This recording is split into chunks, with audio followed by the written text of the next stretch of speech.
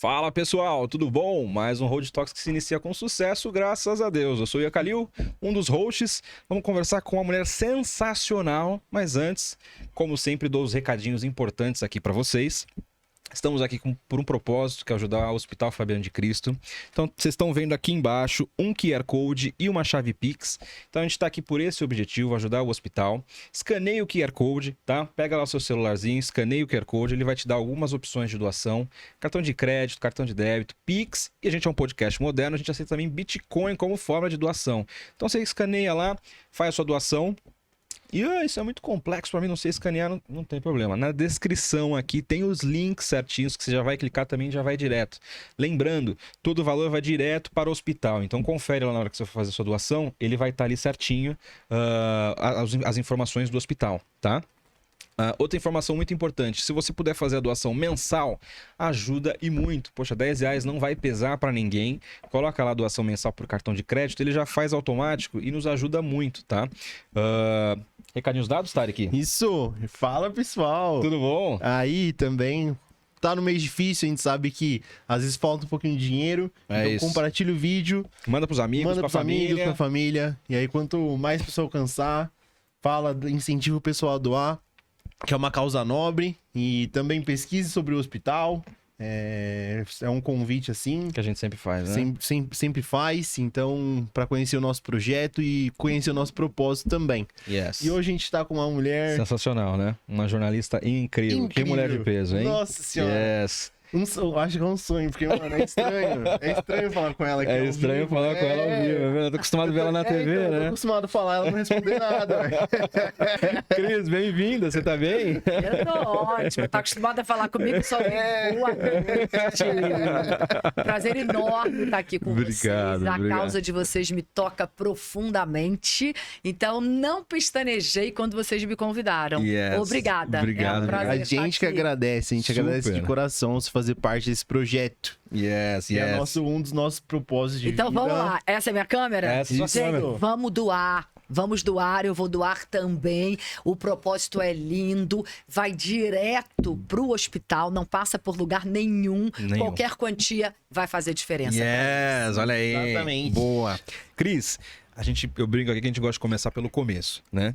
Todo mundo vê que você... bom, né? Exato.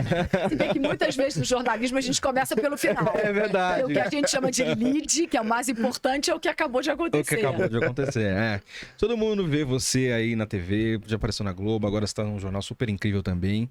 Mas como que foi esse início, assim? Como que tudo começou? Você sempre teve vontade de ser jornalista? Como que rolou isso? Então, a minha história com o jornalismo é curiosa, porque eu sempre quis ser jornalista. E ninguém na minha família é jornalista. Minha família é basicamente inteira de economistas, uma área completamente diferente. Se bem que agora eu tô no jornalismo econômico e de negócios. Também, Mas eu sempre quis ser. Eu brinco que eu sou jornalista desde criancinha. Eu sou muito curiosa, sempre fui curiosa, era uma criança curiosa. Então tinha tudo a ver com jornalismo. E eu era pequena, eu apontava para o Cid Moreira no Jornal Nacional e falava assim, eu quero fazer isso, mas não é como atriz, é isso, é o que ele está fazendo. Então não só eu tinha certeza que eu queria o jornalismo, como eu tinha certeza que eu queria trabalhar em televisão. Isso é uma coisa que, na verdade, eu tive esse grande privilégio, porque eu me lembro que na época de escolher vestibular, não tinha nem na minha época, tá, gente? É vestibular. Na época de escolher, o que você vai fazer no vestibular, eu não tinha a menor dúvida do que eu ia fazer. E muitos dos meus amigos do colégio, ficavam na dúvida e tal. Eu tinha certeza absoluta, sempre soube que eu queria fazer isso, e sempre fui muito decidida e corri atrás do que eu quis. Não caiu do céu. Não veio de graça. Até porque, exatamente pelo fato de eu não ter nenhum jornalista da família, o meu caminho foi mais complicado. Eu não tinha ninguém ali para me ajudar ou para me indicar. Então, tive que suar mesmo. E aí você começou como? Você chegou e mandou, ligou pra Globo, tentou... Como que foi isso? Como que aconteceu essa história? Eu fui chamada através de estágio na universidade. Eu estudei na PUC do Rio. Legal. E aí eles colocavam lá... Na época não tinha nem internet, né? Assim, não tinha. A internet chegou no Brasil em 94, 95. Eu entrei na PUC em 89. Então, assim, aquela coisa de estágio era papelzinho no mural. Entendi. E aí eu vi que tinha um restaurante estava precisando de estagiário para ajudar numa festa de 10 anos desse restaurante para chamar a imprensa, etc. E nisso eu conheci um super jornalista que se chama João Luiz de Albuquerque, ele que era o chefe disso, que fazia toda a comunicação desse restaurante, que se chama Guimas, no Rio de Janeiro, que existe até hoje. Legal. E eu fui contratada como estagiária para ajudar o João Luiz nessa festa especificamente. Depois eu fiquei mais tempo com ele lá. Um determinado momento, o João Luiz foi chamado para ir para a TVE, a TV Educativa do Rio. A TVE é como se fosse a TV Cultura aqui de São Paulo, mais a TVE do governo federal, a TV Cultura do legal. governo estadual. E assim eu entrei em televisão. Ainda fazendo PUC. Ainda, eu não era formada ainda. Só que nessa época, ele me contratou como estagiária para eu trabalhar num programa que era uma revista de variedades. Mal comparando, vamos dizer assim, um Fantástico da TV Educativa. Chamava Caderno 2. Legal. E a gente fazia muitas entrevistas em outras línguas, com músicos, artistas que vinham para o Brasil. Nós tínhamos poucos repórteres que falavam outras línguas no programa. Então, o Julis começou a me mandar para a rua para fazer entrevista com essas pessoas, porque eu falo inglês e francês e me viro italiano. Caramba, que legal. Dá pra fazer uma entrevista em italiano. Que legal. Ele começou a me mandar por causa disso. Então, eu comecei como repórter em outra língua. Já comecei com essa dificuldade. Caramba. Ao mesmo tempo, concomitantemente, eu fiz um curso na Alice Maria, que foi a primeira editora-chefe do Jornal Nacional. Para mim, a mulher que mais entende de televisão nesse país. Ela, inclusive, tem o primeiro script do Jornal Nacional. Olha só, o primeiro roteiro. Caramba. Que, claro, evidentemente, era em papel também, porque não tinha computador menos ainda naquela época. Ela, nesse período, ela tinha saído da Globo, ela montou uma produtora, e nessa produtora, ela dava cursos de jornalismo. E eu fiz 2 cursos lá. Eu fiz um curso que a gente passava por todos os cargos e posições de uma redação, para entender como tudo funcionava, repórter, pauta, produção, apresentação, por tudo, e um outro focado só em apresentação. Eu fiz esses 2 cursos. Um ano depois, mais ou menos, ela foi chamada para voltar para a Globo, dessa vez para montar a Globo News. Então, ela foi a diretora da Globo News. Quando ela foi montar, chamar os profissionais para trabalhar com ela na Globo News, ela lembrou de mim, gostou quando eu fiz aquele curso, Caramba. achou que eu era um diferencial ali, então ela me chamou para fazer um teste. E o meu teste para entrar na Globo News foi com o Márcio Gomes. Uou, que é super amigo meu hoje em dia, trabalhamos anos Que legal, juntos. que legal. E o Márcio já estava lá, já estava contratado. Eu fiz o teste com o Márcio, aí fui aprovada e entrei na Globo News. E meu primeiro dia de Globo News, foi 9 de setembro de 1996. Por que eu guardei? Porque era aniversário da minha avó, dia 9 de setembro. E a Globo News entrou no ar no dia 15 de outubro. Então eu me sinto mãe daquele projeto também, porque eu estava ali antes do projeto entrar no ar mesmo. E aí tem algo do qual eu tenho muito orgulho. Eu sou das poucas pessoas no mundo, eu imagino, que tenha participado do lançamento de 2 canais de televisão. Caramba. Porque eu estava no lançamento da Globo News, no dia 15 de outubro de 1996, e eu estava no lançamento do Times Brasil, licenciado exclusivo CNBC, que entrou no ar no ano passado, no dia 17 de novembro de 2024. E eu sou a primeira voz do Times Brasil, CNBC. Caramba. Primeira pessoa que deu boa noite no ar. Que legal. Eu tenho muito orgulho disso. Que legal. E mais orgulho ainda do que a gente está fazendo hoje no canal, que é um canal de negócios, é um canal de economia, é voltado para business. Um assunto que eu sempre gostei muito e que eu vinha trabalhando demais nos últimos 2 anos. Mas vou parar de falar, deixa vocês perguntarem, porque senão eu sou jornalista de televisão e jornalista de televisão fala. É nada, não. A gente quer justamente saber essa história. Agora você falou assim, Cris, falou que fala. Às vezes já aconteceu de você precisar falar assim, precisar falar 15 minutos, você fala, não tem mais o que falar. Nunca. Nunca? Não. Nunca aconteceu? Não, nunca. Você tem o tempo certinho ali pra falar. A gente tem tudo muito cronometrado, né? Eu tenho tempo cronometrado, eu tenho um ponto eletrônico, eu faço muitas entrevistas, em média 4 entrevistas por jornal, fora os meus comentaristas e analistas. Então, tem muita coisa acontecendo ao vivo, repórteres que entram ao vivo, e eu tenho um ponto eletrônico, aquele negócio que a gente usa no ouvido, que meu editor-chefe fala comigo. Então, ele vai, 3 minutos, 1 minuto, encerra. E aí você vai. É importante que você saiba que está acabando, porque você vai levando para o final daquela entrevista. Entendi. E 1 minuto, dá tempo de fazer aquela pergunta importantíssima que eu não fiz ainda. Entendi. Então existe ali, claro. Todo um cronograma. Isso. Toda essa parte. É. A gente deu uma pesquisada na sua vida, né? E você comentou, você cobriu alguns assuntos muito importantes, desde o falecimento de algumas pessoas ícones, assim. Na sua visão, qual que te marcou mais, assim? A cobertura que mais me marcou na vida, sem dúvida nenhuma, 2 coberturas, vai. Vamos começar lá atrás, foi quando eu cobri a morte do Papa João Paulo II. Caramba. E aí tem uma história interessante. Eu estava com férias marcadas, eu ia para o Tahiti, e a Alice Maria me chamou na sala dela, falando, olha, Cris, você vai cancelar as suas férias, porque o Papa João Paulo II... tá muito doente, ele estava ficando cada vez pior, ele demorou um pouco, né? Ele tá muito doente, quando ele morrer, quem vai para Roma é você. Gente, isso é tudo que um jornalista quer na vida. É mesmo? Cobrir um conclave, um papa, um conclave, ainda mais o João Paulo II, que era um papa queridíssimo aqui no Brasil. As 3 vezes que ele veio para o Brasil, multidões de fiéis foram atrás dele. Então, imagina, óbvio, cancelei minhas férias na mesma hora. Aí, um belo dia, 1 semana, 2 semanas depois, eu chego para trabalhar, ela me chama, olha, você nem vai apresentar jornal, vai para casa, faz a mala, que você e o Davi Buter, que era um editor de internacional, vão para Roma hoje. O Papa não tinha morrido ainda, mas ele tinha dado uma piorada. Aí fui para casa, a gente foi pro Galeão, era no Rio de Janeiro. A gente foi pro Galeão, aí o voo era Rio, São Paulo, Milão, Roma. Na época não tinha internet nos aviões. Estamos falando de 2005. Eu passei todos os voos parando os comissários de bordo o tempo inteiro para perguntar como é que tá o Papa? Como é que tá o Papa?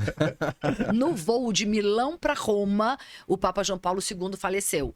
Quando eu pousei em Roma, a gente já sabia que ele tinha falecido porque o comissário de bordo já tinha avisado.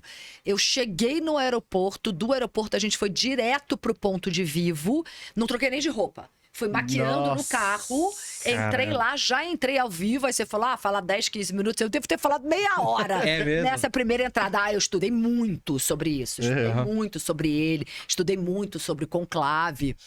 E fiquei em Roma, eu e o Davi, durante mais de 1 mês. Porque a gente fez a morte do Papa, o corpo do Papa ficou exposto dentro da Basílica. Assim como aconteceu agora com o Papa Francisco. Aquelas filas enormes. E no João Paulo II as filas eram maiores. Tinha gente que ficava mais de 1 dia na fila. Até 3 dias nas filas. Uma coisa louca aquilo. Uma loucura. E aí cobrimos o conclave. Foi o conclave do Bento XVI. A primeira missa do Bento XVI. Então eu fiquei mais de 1 mês em Roma.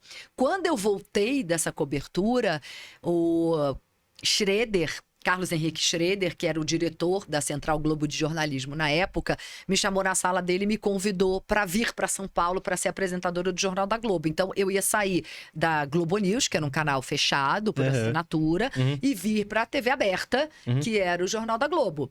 E aí eu vim para cá em 2005. Legal. Eu fiquei de 2005 a 2015 no Jornal da Globo. Depois eu voltei para a Globo News, mas ainda aqui em São Paulo, para um jornal que eu apresentava sozinha, de 4 às 6 da tarde. Depois desse jornal, nos últimos meses de TV, eu fiz um jornal que chamava Conexão, que eram 3 apresentadoras mulheres. Foi o primeiro jornal a ter 3 apresentadoras mulheres, que foi uma coisa interessante também. Eu de São Paulo, a Leilane Neubert do Rio e a Camila Bonfim de Brasília. A outra... Só de não te cortar, você falou que agora eu fiquei curioso. Você falou Eu 2 ia falar casos. isso. Entendeu? Você falou... Desculpa. Que eu falei assim, agora eu fiquei curioso aqui, né, pessoal? O segundo caso, que pra mim foi uma missão de vida, foi durante a pandemia. Nossa. Talvez a coisa mais importante que eu tenha feito na minha vida, porque eu sei que muitas pessoas não morreram por causa da informação. Sim. A gente salvou vidas.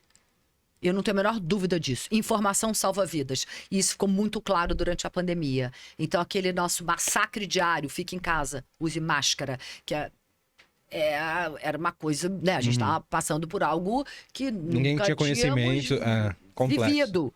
Então, como é que você pode se proteger? Fique em casa, use máscara, lave as mãos até o cotovelo. A gente ensinava a lavar a mão, passa álcool gel o tempo inteiro. Eu me lembro que eu passei meses da minha vida, eu não usava anel para facilidade para lavar a mão, porque não precisa tirar. Porque tira anel, lava a mão, bota, pode estar sujo. Eu não usava anel, eu ia sem anel, sem pulseira, sem nada trabalhar, para ter essa facilidade. E eu trabalhei em dobro na época da pandemia, porque eu não só fazia esse jornal na Globo News, que era de 4 às 6 da tarde, como depois a Globo afastou, assim como todas as emissoras, afastaram as pessoas que tinham mais de 60 anos, porque eram pessoas que corriam mais risco. Sim. Então, na época, o Carlos Tramontina fazia o SP2, ele tinha mais de 60, ele foi afastado. Então, durante os primeiros meses da pandemia, eu fiz o SP2 também.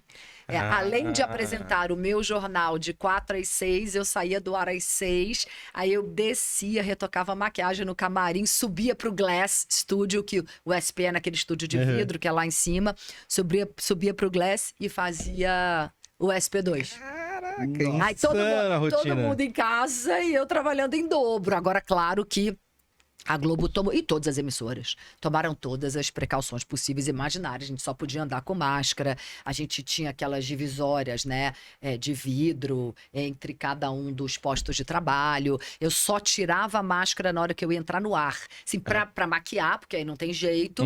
E todos os maquiadores com máscara e aquele face shield, né, aquele troço de Que plástico. tampar, né? E na hora eu aí maquiava, colocava a máscara. Quando eu entrava no estúdio, falta 10 segundos, eu tirava a máscara. Tanto que a máscara tava ali no púlpito, na bancada, sempre. Sempre. Acabou, agradecia, encerrava o jornal, máscara. Entendi. Eu andava com um bolo de máscara no porta-luvas do meu carro. Eu tenho até hoje, Nossa. inclusive. Se for lá agora, vocês vão ver. Virou um cotidiano, né? Começa a fazer parte, né? Começa a fazer É o parte. poder do hábito, né? Que aliás, super recomendo para quem nunca leu, leiam. E eu já vi, inclusive, uma palestra do Charles Duhigg no SXSW, South by Southwest, que é o maior festival de inovação e tecnologia do mundo, que acontece em Austin todo ano, em março, no Texas. Porque depois que eu pedi demissão da Globo em novembro de 2022, eu mergulhei nesse universo de tecnologia e inovação, que eu adoro. Que legal. Sou entusiasta e estudiosa. Inclusive, tem um podcast Olha de aí. tecnologia e inovação, chamado Tecnotalk. Tecnotalk. Mas eu fui em todos esses festivais, a XSW de Austin, no Texas, 2 vezes. Fui palestrante no XSW, que é uma coisa difícil de conseguir. Que legal. Foi bem Parabéns. interessante. O Web Summit Lisboa também fui palestrante, o Web Summit Rio também. Todos, Rio to See, Rio Innovation Week, South Summit. Fui todos. Eu amo esses festivais, amo. Que legal. Falar um pouquinho depois de tecnologia, hein, Tarek? Exatamente, é um assunto que a gente sempre toca. A gente tá sempre toca falando aqui. com uma pessoa que... Profissional, né? Inclusive, na primeira semana de junho, aconteceu o South by Southwest Londres, que foi a primeira vez que o XSW esteve na Europa. Legal. Nunca tinha tido na Europa. Ele acontece desde 1987 em Austin, no Texas, nos Estados Unidos, mas foi a primeira vez na Europa. E a gente entrou no ar há 6 meses, eu não tive como ir para lá, mas a gente cobre a distância, né? Entendi. Eu tenho vários grupos de WhatsApp de pessoas que estão lá, especialistas no assunto, então praticamente todo dia eu coloquei uma pessoa no ar falando sobre isso. Que legal. Que bacana. legal. E eu queria, você falou da pandemia. Pra você, qual que foi o momento mais difícil no jornalismo? Você acredita que foi a pandemia ou teve outro momento que foi mais A punk? pandemia. Disparado? A pandemia, com certeza. É o mais marcante e o mais difícil. Com certeza absoluta. Você, todos os dias da sua vida, ter que dar número de mortos é um negócio que te dói muito. E eu ainda fazia isso 2 vezes, porque eu fazia isso no Jornal da Globo News e fazia isso no SP2. É muito difícil. É claro que o jornalista, assim como o médico, eu imagino, ele acaba criando um certo bloqueio Pra Para algumas tentar coisas, né? ter o mínimo de um distanciamento, porque senão eu vou chorar em todas as matérias tristes. E eu, ainda por cima, sou pisciana, eu choro facilmente. Mas tem alguns momentos que a gente não consegue, né? Não tem jeito, né? Não. E esse da pandemia era muito difícil. Tinha algumas notícias muito difíceis. Muito difíceis, né? Foi muito E difícil. teve uma época, um momento, não sei se vocês vão concordar comigo, que parecia que aquilo não ia passar nunca. É isso. Fala, gente, mas e aí? Não Era era um 2 mês, não semanas, é? 2 semanas, um mês, 2, 3, 3. 4, 6. Aí quando o negócio começava a melhorar, Pum, buf. caía de novo. É. Caía de novo. Foi assustador, não foi fácil, né? Pra galerinha. Não foi uma coisa fácil. Mas, assim, eu acredito que muitas lições foram tomadas ali. A gente evoluiu, pelo menos eu acredito, como sociedade aí, pensar no próximo, sempre usar máscara, todas essas partes, né? Mas ainda estamos em processo de evolução, né? Exatamente. Uma loucura. Eu concordo por um lado e discordo por outro. É. Assim que acabou, eu concordo. Mas você acha que as pessoas hoje em dia pensam no próximo? Não. Ou voltou a ser como era antes? É. Às vezes eu me pergunto. Questiona isso, Eu né? me questiono. É. Será que a gente não aprendeu nada? Será que se viesse uma outra pandemia a gente faria diferente? É. Mas é aquilo, acho que se aprendeu 10, acho que já teve um ganho. Se aprendeu uma pessoa, já teve um ganho. É. Eu acho que eu sou um pouco dessa linhagem, dessa opinião. Talvez os 3 aqui dessa mesa tenham aprendido. Então, eu acho que já é um processo. Aí depois a gente vai... Vai evoluindo, né? Vai evoluindo, vai espalhando pra outra mais uma pessoa. E aí assim vai, nessa corrente do bem. Então, Isso. acho Devagarinho vai indo, né? Devagarinho vai indo. Cris, cara, você, frente de jornalismo, frente de toda essa parte de imprensa, né? Já passou perrengue? Que você fala assim, meu Deus do céu, tô na roça. que não sou obrigado a isso. Já passou muito? Como que foi isso? Eu tenho uma história que é engraçada, que é do começo da Globo News. Aham. A gente tinha atrás da bancada o logo da emissora. Aham. E aí, a gente fazia na época, eu fazia 5 ou 6 jornais por dia. Caramba. Cada jornal tinha meia hora, né? Chamava em cima da hora. Então eu fazia jornal de meio-dia, meio-dia e meia, de 1 a 1h30, de 2 às 2h30 e por aí vai. Então, meia hora no ar, meia hora fora do ar. Um determinado momento, eu volto para um desses jornais e o logo estava no chão. Eu falei, gente, o logo tá no chão, não sei o que. Chamaram correndo o pessoal da arte, o pessoal reposicionou o logo, beleza, tudo bem. Mas você não tinha muito tempo para ficar, porque tinha que entrar no ar ali na hora cheia. E a gente voltava, a gente tinha meia hora de break, muitas vezes meia hora para almoçar, para ir ao banheiro. Então a gente voltava faltando 5 minutos, né? Para o jornal entrar no ar de novo e tinha que entrar na hora cheia, não podia entrar nem 1 minuto depois. Isso que eu falo, minha pontualidade tem que ser britânica, porque 1 minuto é atraso. Sim. Né? 1 minuto atrás. Porque olha, não vou entrar no ar às 7 não, que nem o meu jornal hoje em dia, eu vou entrar às 7h01. Não existe, desculpa. Eu tenho que entrar no ar às 7. Aí, no jornal seguinte, eu estou falando... Gente, estou falando do começo, que eu não tinha experiência. Eu estou ali falando, daqui a pouco... Eu ouço um barulho, eu falo, meu Deus. Caiu. Aí, caiu o logo. Aí eu faço assim, com o ombro. O que me contaram e continuo falando. Não parou. Porque não fiz nenhuma referência. Assim, eu, hoje em dia, ia olhar pra trás. Ih, gente, foi o logo, mas tá tudo bem. Depois a gente coloca no lugar, não sei o quê. Eu tenho muito mais jogo de cintura. Só que, primeiro, eu era bem mais crua. 2, o jornalismo era mais duro. A gente falava com as mãos aqui, né? Não podia, você não usava as mãos, você era tudo contido, era tudo menos. Hoje em dia é tudo mais à vontade, é muito mais informal. Então, tinha essas 2 questões. Mas eu continuei falando porque eu sabia exatamente o que estava acontecendo. Eu não estava desabando o teto em cima de mim, porque tinha acontecido no momento anterior, né? Antes do outro jornal, e só podia ser aquilo. E aí me contaram que a equipe toda que fica no switcher é de onde o jornal vai pro ar, onde fica o editor-chefe, o diretor de TV, o operador de TP. E por aí vai. Que a editora-chefe, que é gaúcha, eu até encontrei com ela semana passada. Ela tava no switcher, aí todo mundo, e aí, gente, faz o quê? Vai pra break, bota color bar, o que faz, né? Não, a guria tá falando, deixa a guria falar. Eu juro, aí você pega a imagem, eu faço isso. Eu mexo o ombro esquerdo com barulho e continuo falando. É isso aí, né? Perrengue chique. Bem chique. Mas tem que ter um jogo de cintura muito grande. Ah, tem. Mas eu amo, eu sou viciada no vivo.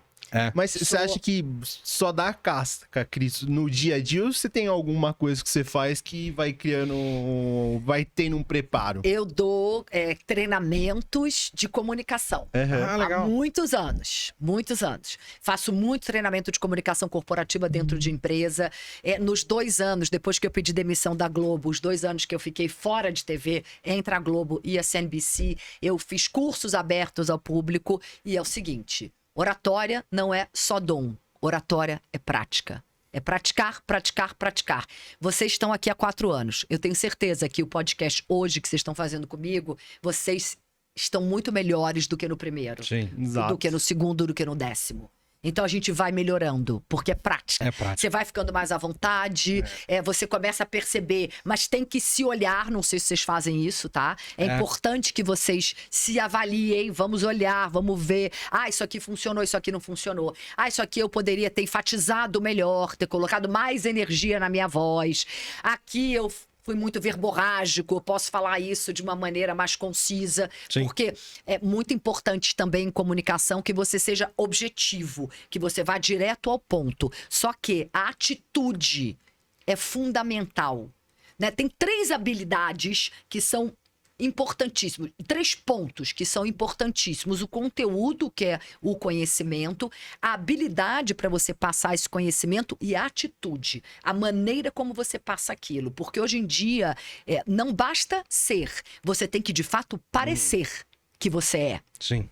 mas você tem que ter conteúdo, óbvio, para você poder mostrar aquilo que você sabe. Se você for, você tem habilidade de comunicação e de oratória maravilhosa, mas você é vazio, você não tem conteúdo, isso não vai se sustentar por muito tempo. Você tem que ter as 2 pontas. Mas não adianta também você ter um super conteúdo, um super conhecimento, se você não tem a atitude correta, se você não passa da maneira certa, se você fala, por exemplo, de maneira monocórdica, assim, sem mudar o Sem seu tom emoção. de voz. Eu não consigo nem fazer isso. Tá? Porque a gente tem que enfatizar, você tem que saber usar as pausas estratégicas ou pausas dramáticas. Por exemplo, o Obama faz isso muito bem quando ele era presidente da República. Sempre antes de falar alguma coisa forte, ele parava. Yes, we can. Você está em cima de um palco, mesmo quem está no celular, lá atrás, olhando para o céu, em Marte, se você pausa, a pessoa vai olhar pra você. Opa, o que aconteceu? Porque ele que ele parou de falar. Agora. E aí você vem com alguma coisa forte. Então, a pausa, ela tem 2 objetivos importantes. Você pausa para que a pessoa possa pensar naquilo que você acabou de falar e digerir aquilo. Porque não adianta você vomitar um monte de coisa também, se você não pausa. Sim. Deixa o Realmente. outro digerir. E para chamar atenção para a frase ou para o conteúdo seguinte que você vai passar. É isso, é isso. Galera, vou dar alguns recadinhos aqui importantes. Primeiro propósito, por que a gente está aqui? Então, o podcast surgiu há 4 anos atrás com o objetivo de ajudar o Hospital Fabiano de Cristo. A Cris está aqui batendo esse papo com a gente para ajudar o Hospital Fabiano de Cristo. Então tem todo um por trás, um histórico aqui pra gente. Então faça sua doação, tem as informações aqui, tanto do QR Code quanto da chave Pix, tem todas as informações certinhas, tá? Quando a gente migrou do espaço, tem o cartão de crédito, débito Pix também e Bitcoin como forma de doação, faça sua doação. Um recadinho que eu esqueci de falar, Tarek, eles estão aceitando voluntários também como forma de doação. Então se você quer colocar no seu currículo que você já foi voluntário, tá querendo essa experiência, tá querendo ajudar alguém, o hospital em Caieiras está precisando dessa ajuda também. Eles estão aceitando voluntários de vários tipos, não só da parte de enfermeiros e médicos, não só exclusivamente disso. Tem na parte financeira, na parte comercial, enfim. Tem toda a parte estrutural ali do hospital que precisa de ajuda. Então você pode ajudar de alguma forma, tá? E há 1 ano a gente migrou do espaço... a gente começava a fazer os podcasts na parte online, né? E migramos para o espaço físico, então tem toda a parte desse custo envolvido que a gente conseguiu com a ajuda da Hold Brasil, que é uma empresa que tem recuperação de crédito. Eles que nos financiam, nos patrocinam para a gente estar aqui hoje, conseguindo conversar com pessoas incríveis como é a Cris, né? E bater esse papo e conseguir doações para o hospital. Então vamos ajudar, a galera tem todo um propósito. Obrigado, Hold, por tudo.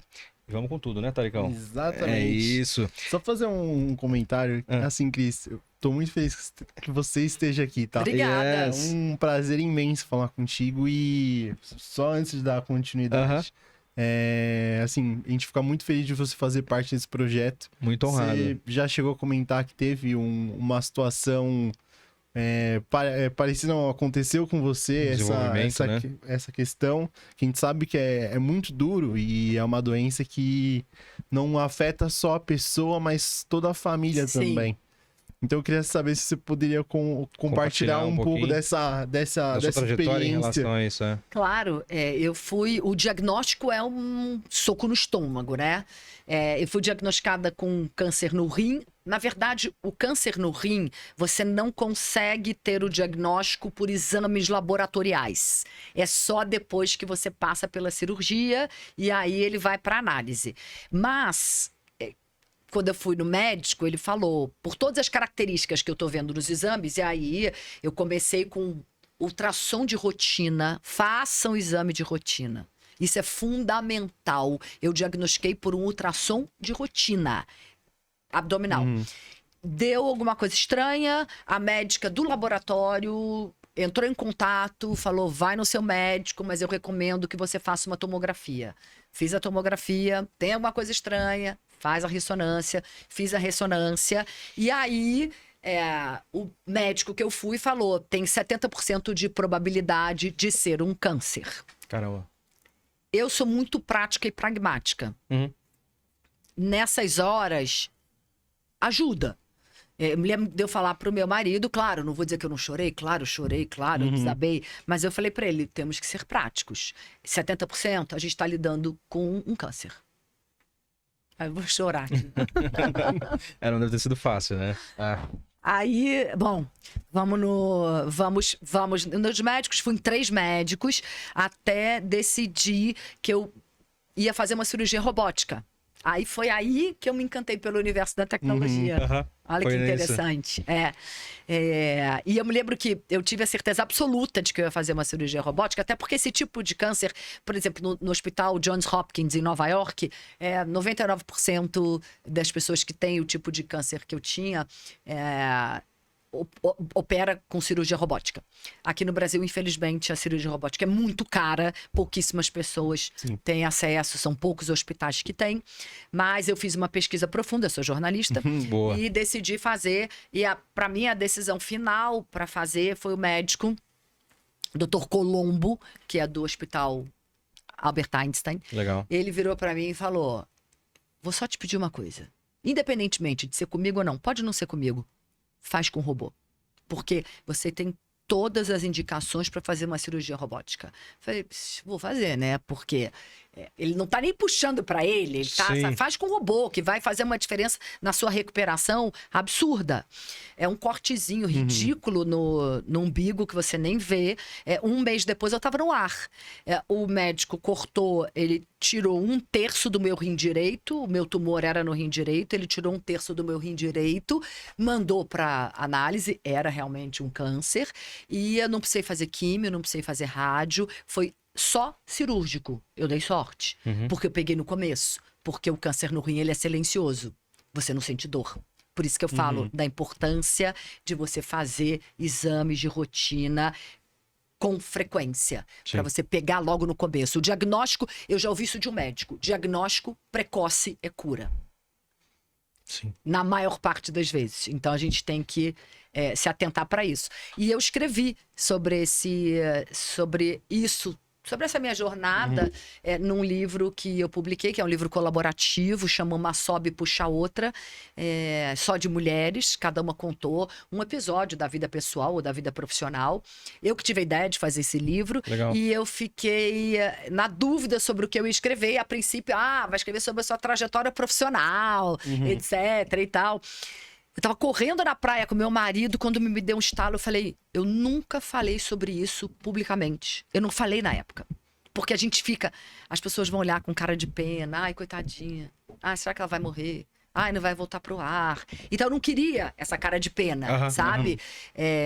E aí eu não falei sobre isso, claro que a direção da Globo sabia, algumas pessoas lá dentro sabiam, mas nem muitos dos meus colegas não souberam na época.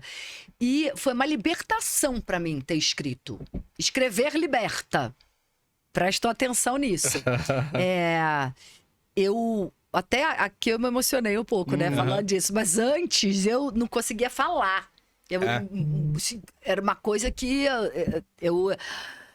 lágrimas, a voz não vinha. Depois que eu escrevi sobre isso, eu consigo falar com mais tranquilidade, digamos assim.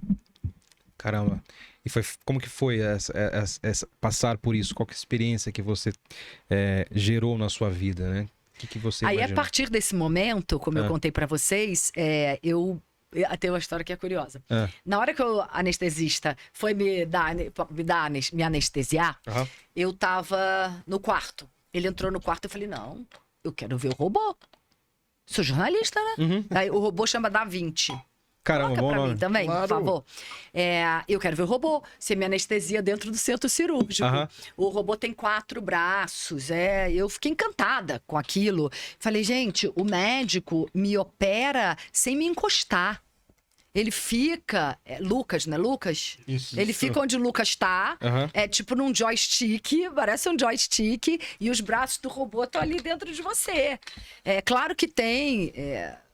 algumas pessoas em volta de você na maca, na cama, né? Não sei como fala.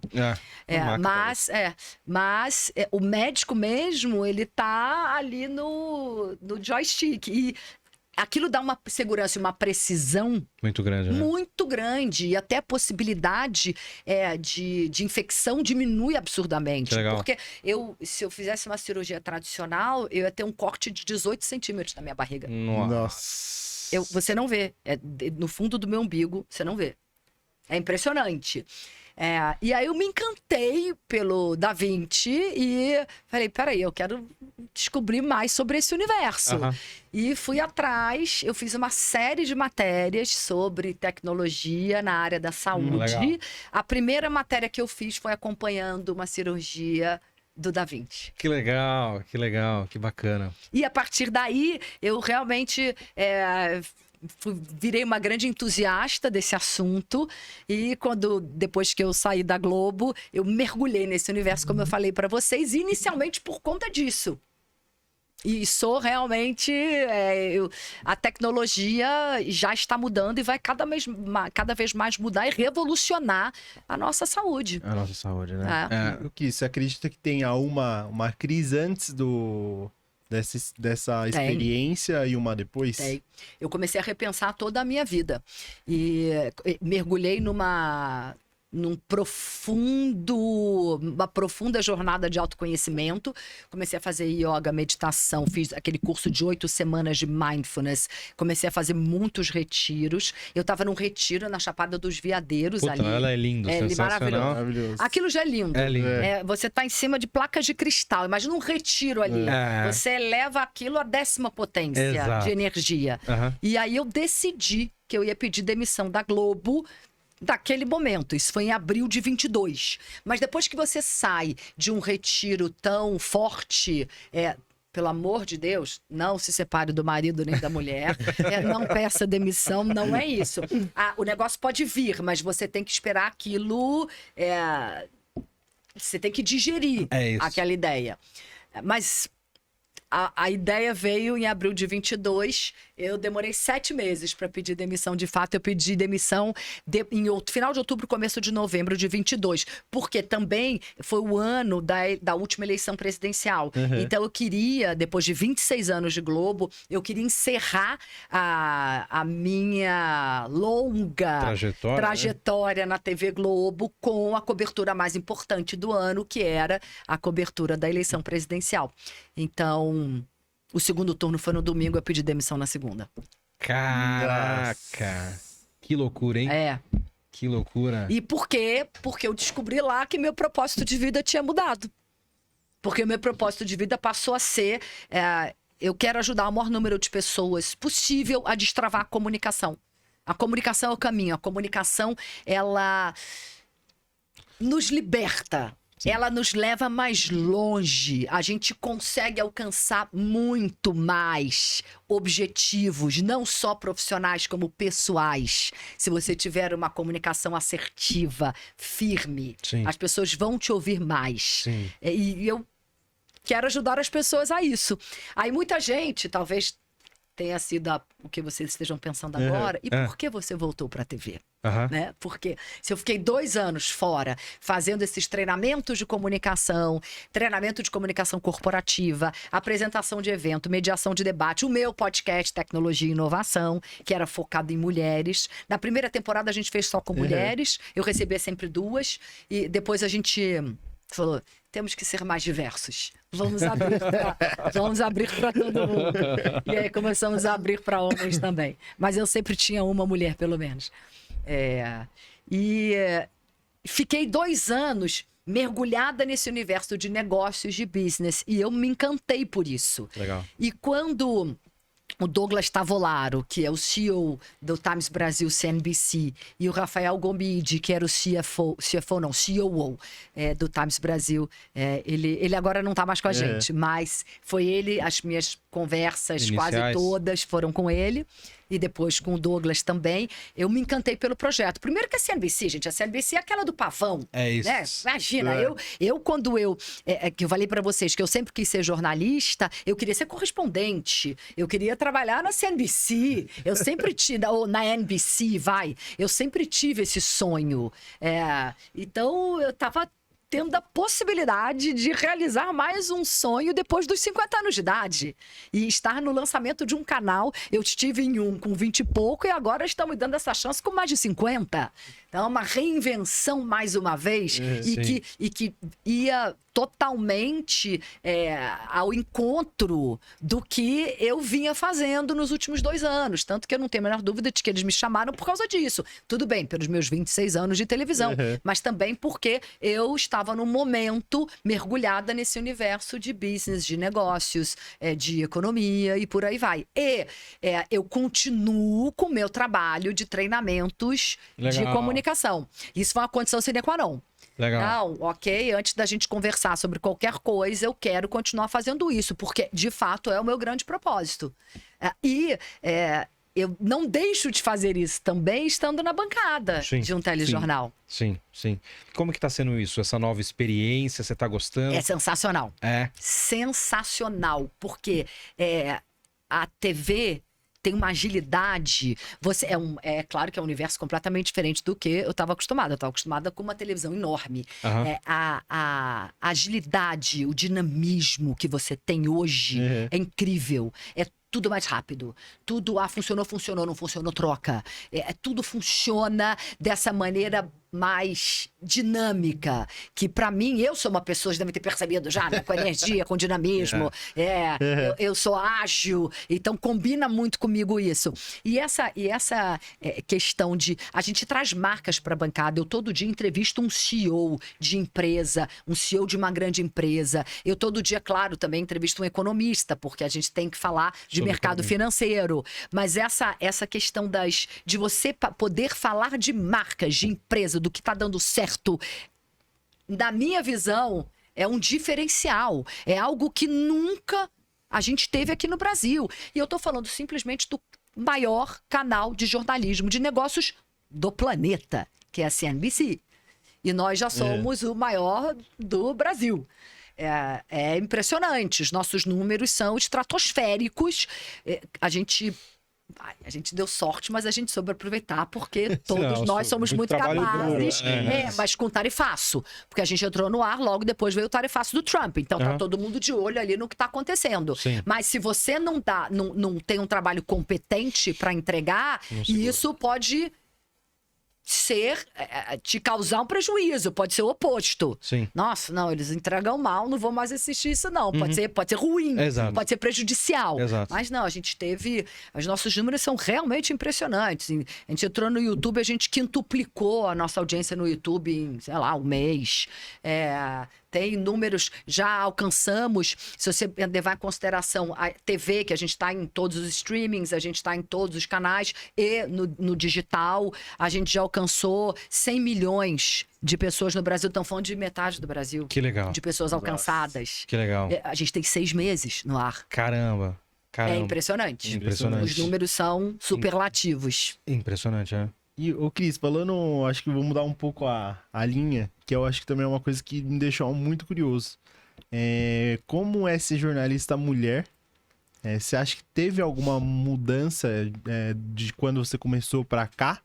Você acha que não foi um mercado sempre muito aberto às mulheres ou não? Sempre teve uma barreira e sempre foi um desafio muito maior igual a outros segmentos? Como que funciona e como que era? No jornalismo, a gente sempre teve muitas mulheres. Sempre foi uma área que recebeu muito bem as mulheres. Então, eu nunca senti nenhuma objeção pelo fato de ser mulher dentro de um jornalismo de televisão. Mas é curioso que você está me trazendo isso, e é uma temática com a qual eu trabalho muito. Eu, inclusive, criei um quadro dentro do meu jornal que chama Protagonistas, que a gente só entrevista mulheres. Eu entrevisto toda terça-feira, coloco no ar Legal. às quintas-feiras, dou um espaço de 20 minutos, que para televisão é muito, e a gente conversa muito sobre essa questão. Eu trago muita gente dessa área de tecnologia e inovação, que é um mercado muito masculino ainda. No jornalismo, tanto que você liga a televisão, você vê, tem um monte de mulher. Sim. Você lê os jornais, um monte de matéria assinada por mulher. Mas essa temática do universo feminino, que lá atrás, quando eu comecei, em 1994, ou 95 na TV, depois 96 na Globo News, isso não ia pra mesa. Não se falava disso. Não se falava de diversidade. Não se falava de inclusão. Não existiam essas palavras. A gente não falava a mulher tem que entrar mais no mercado de trabalho, tem que estar mais presente em cargos de liderança. Não, porque na maior parte das áreas e segmentos, os C-level eram ocupados por homens. Só por homens. E não se falava disso. Hoje em dia, a gente fala muito disso. É uma temática que eu levo muito, eu faço palestras sobre isso, sobre liderança feminina, sobre cada vez mais a gente ter mulheres ocupando espaços que sejam importantes, ocupando espaços lá em cima, nas empresas, e por isso eu criei esse meu quadro, pra gente... de alguma forma, eu quero colocar essas mulheres no palco. Porque não é pelo fato de eu não ter sentido isso durante a minha vida, mas eu sempre acompanhei mulheres, amigas, em outras áreas que passaram por dificuldades imensas apenas pelo fato de serem mulheres. Isso não pode acontecer. Sim. Mas, especificamente no jornalismo, eu não posso mentir para vocês, é uma área que sempre teve muita mulher. Vocês podem pensar lá atrás. Apesar de que o Jornal Nacional, lá no começo, eram 2 homens que faziam, né? 2 homens. Então, isso mudou também, tá? Eu falei para vocês, aquele jornal que eu fazia na Globo News, o Conexão, foi o primeiro com 3 mulheres. Mas hoje em dia, você vê o Fantástico é apresentado por 2 mulheres. Já tem alguns anos. Nós também passamos a ocupar mais espaço no jornalismo, não que nós não ocupássemos. E isso eu estou falando, claro, do que a gente vê no ar. Sim. Mas isso também se reflete nos bastidores na edição, na produção. É uma área que desde sempre teve muitas mulheres. Isso aí, né? Estamos caminhando, devagarinho vamos evoluindo, né? Exatamente. Ainda não tá no ideal. Não tá. Não tá no ideal. Mas... aquilo que você falou da pandemia, se uma pessoa pelo menos aprendeu... Já valeu. É o passinho de formiguinha. É isso. É o passinho de formiguinha. Cris, eu gosto de, às vezes, dar uma reflexão, assim, fazer um papo meio cabeça também. O papel na mídia hoje, como que você encara ele em relação, principalmente, essa coisa de diversas áreas políticas, diversas frentes econômicas... quando um político faz tá errado, quando o outro faz tá certo, só que os dois fizeram exatamente a mesma coisa. Como que você encara essa parte relacionada à importância da imprensa se posicionar? O que você enxerga dessa forma? Qual que é a sua linha em relação a isso? Vamos lá. Polêmica, na um minha pouquinho, opinião, né? na minha opinião, nós ainda temos uma democracia muito nova para que, de fato, nós nos posicionemos. Aí eu tô falando de veículos grandes de comunicação. Olha, eu sou a favor desse fulano e sou contra o ciclano por causa disso, como a gente vê nos Estados Unidos. Tudo que eu gostaria de ver é um dia o Brasil poder fazer isso. Porque nos Estados Unidos eles fazem isso, eles estampam na capa do jornal, né? Quem eles apoiam e por que eles apoiam. Ok. Sim. Fica muito claro. Fica muito claro. Aqui não é tão claro assim. As pessoas, nossa, tá apoiando lá de lá, agora tá apoiando lá de cá. A gente vivendo essa polarização absurda que a gente vive há anos e que tudo indica que vai continuar por algum tempo ainda, o que é ruim, porque você acaba tendo menos possibilidades na hora que você vai pra urna, na hora que você vai votar. Mas, na minha opinião, o que a imprensa tem que fazer sempre, eu sou old school nisso.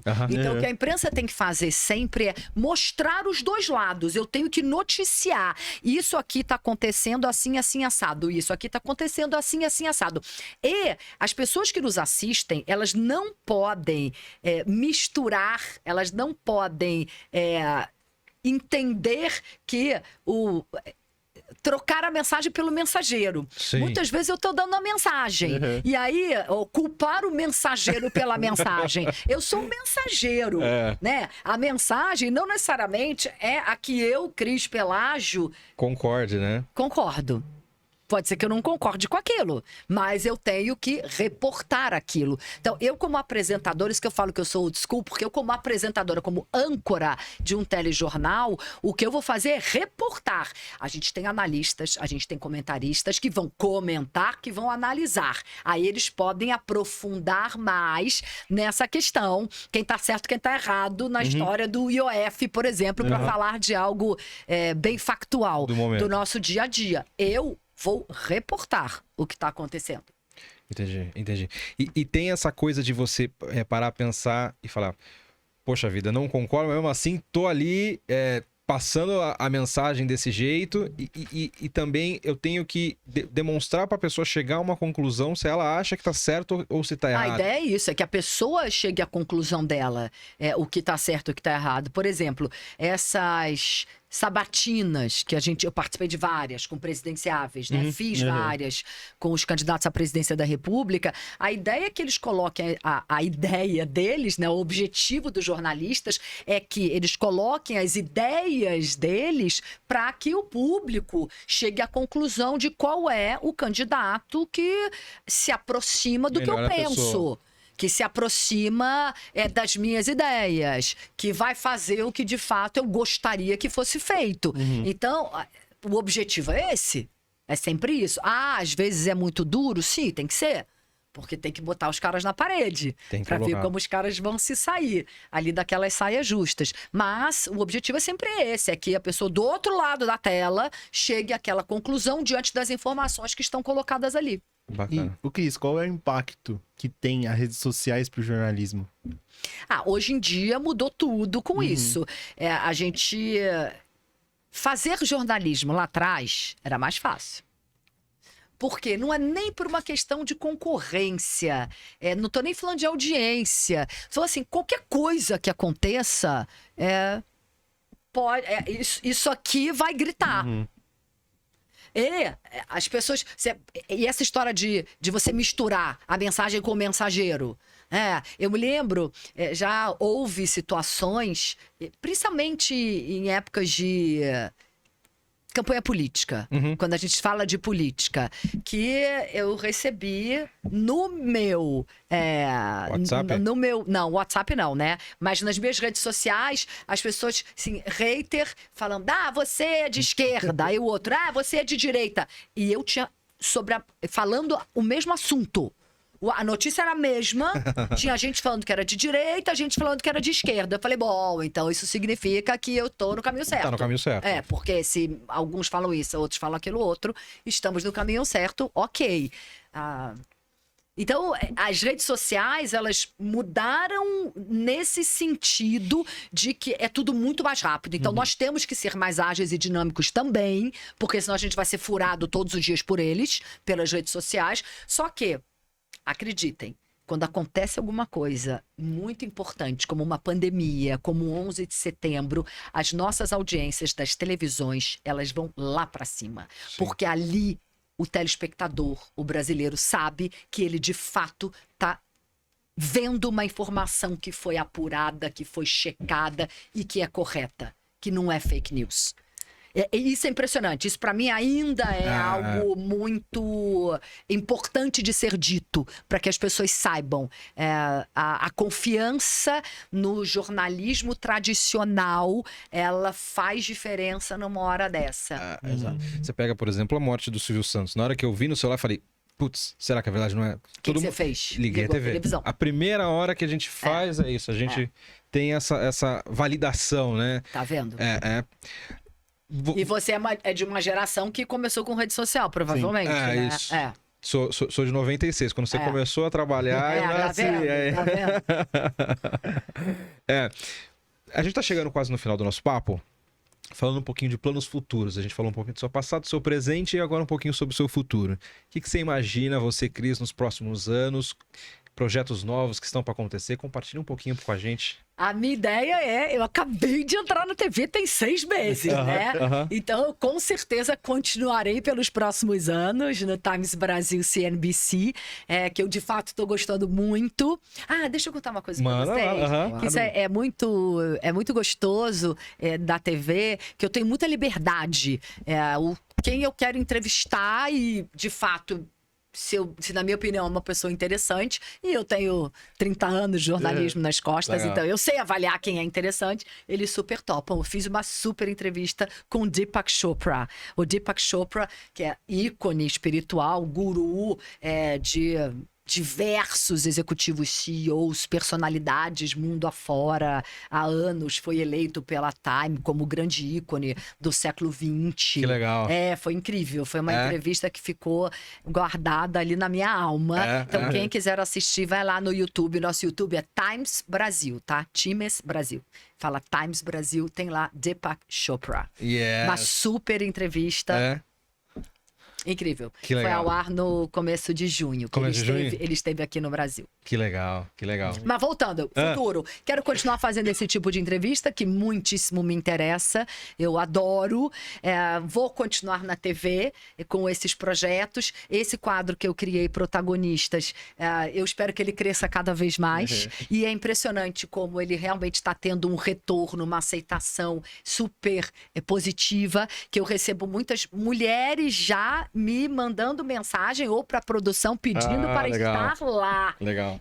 Vocês sabem o que é isso? Sim. Isso é um indicativo, Muito nossa, tá funcionando. Eu tô fazendo um negócio bem feito. Isso aí. Então a ideia é realmente continuar, porque tem 6 meses. Então eu tenho que pensar onde eu estou agora. Boa, boa. Manda a última, Taricão. Não, acho que a última. São tantas perguntas que agora a última escolhi uma. Mas eu acho que qual conselho se daria pra Cris do passado? Uma pergunta mais pessoal. Tá começando agora, entrando na TV agora, o que você compartilharia, né? Seja menos ansiosa. Vai dar tudo certo. Vai dar certo. Não precisa dessa ansiedade toda. Respira. É tudo aquilo que eu fiz, a minha jornada de autoconhecimento depois que eu fui diagnosticada com câncer, que me levou a respirar, a meditar. Se eu pudesse, eu teria feito lá atrás. Eu teria falado para a Cris do passado, não seja ansiosa, respira que vai dar certo. Encerrando com chave de ouro, hein? A gente nem falou de Jornal da Globo. É verdade, mano. Tem tanta coisa. Mais 5 minutos? 5 minutos. O tempo da Cris é precioso, mas acho que ela tem 5 minutinhos. É que já faz tanto tempo, já faz 10 anos, gente. Tem 10 anos. Manda aí. Eu fiquei no Jornal da Globo de 2005 a 2015. Nossa. Tem 10 anos que eu saí do Jornal da Globo. Eu fiquei 10 e meio e saí a 10. É que eu acho que marcou muita geração. Eu sei. Eu acho que quando eu era criança, às vezes eu acordava assim com a TV ligada, tá a Cris lá. Boa noite. Boa noite. Então a gente encerra falando boa noite. Mais uma vez. Mas a primeira pergunta é, Cris, como que é a rotina? Porque, exemplo, o jornal começava muito tarde. Eu tinha que chegar lá às 4 da tarde. E aí ficava até... Depende, é o único jornal de rede, que é o jornal que vai para o Brasil inteiro, que não tem hora certa para entrar. Depende de toda a programação anterior, a programação de entretenimento que entra antes, né? Então, Big Brother, quando o Big Brother é ao vivo, quando tem prova de líder, quando tem eliminação, essas coisas, você não sabe muito a que horas vai entrar. Então, o Jornal Globo pode entrar meia-noite, 1h, 1h30, é uma loucura. Ao vivaço. Ao vivaço, sempre. Nunca teve sequer, pelo menos... Quando eu fazia, e agora eu sei que também não sei antes. Mas a partir do momento em que eu fiz, não teve nenhum gravado. Não tem como, é um telejornal, tem que ser ao vivo. A gente chegava às 4, a reunião era 4h30. Lembre-se, foi antes da pandemia. Não tinha essas coisas online que as pessoas fazem de casa. A gente até fazia online, assim, era uma videoconferência numa sala na TV Globo, aqui em São Paulo, e a gente falava com as outras praças, que a gente chama as outras cidades, por um telão como esse. Mas, 4h30 tinha reunião. As pessoas acham que é só chegar lá e ir pro camarim, ficar bonita, sentar e falar. Não! Tem toda a preparação do jornal. Selecionar as matérias que vão passar, toda essa parte. Tem uma equipe inteira para isso, né? Eu costumo dizer que nós somos a vitrine de um trabalho de uma equipe inteira. E que nós também. Estrela, só chega na hora. Quem dera, quem sabe um dia. Tem que ir pro futuro, quero isso. Pronto, ótimo. Chega lá, ir pro camarim, ficar bonita, sentar e apresentar. Com tudo mastigado. Perfeito. Boa. É isso aí. Tarek, agora... tudo que é bom dura pouco, é assim, não funciona dessa forma. Quem sabe na próxima a gente marca uma segunda etapa só pra falar de tecnologia com a Cris, hein? Vamos, maior prazer. Cris, obrigado imensamente por você estar aqui, obrigado por fazer parte desse projeto, ter abraçado essa causa, né? Estamos super felizes aqui. Quando a Karine, que conseguiu marcar esse papo com você, falou, a Cris vai participar. Eu, tá falando com a pessoa certa. Falei, será que não é uma fake aí, alguma coisa? Não, e deu tudo certo. Obrigado mesmo de coração, parabéns aí pela sua história e trajetória. Eu só acreditei quando eu vi. Na hora que ela entrou na porta, ela Gente, obrigada a vocês. Foi um prazer. Obrigada a vocês e você que tá aí do outro lado da tela, mais uma vez. É uma causa muito nobre. Então, façam a doação de vocês. Por menor que seja o valor, ele vai fazer diferença para alguém e eu sei disso. Tá? Eu passei por isso, como eu disse para vocês. Então, vamos lá, gente. Vamos doar, porque faz diferença mesmo. Isso é um pedido nosso aqui. Yes! Passamos os recadinhos aí. Estamos aqui por um propósito. Tem todas as informações aqui. Escaneie o QR Code, faça a doação, cartão de crédito, débito, Pix, Bitcoin.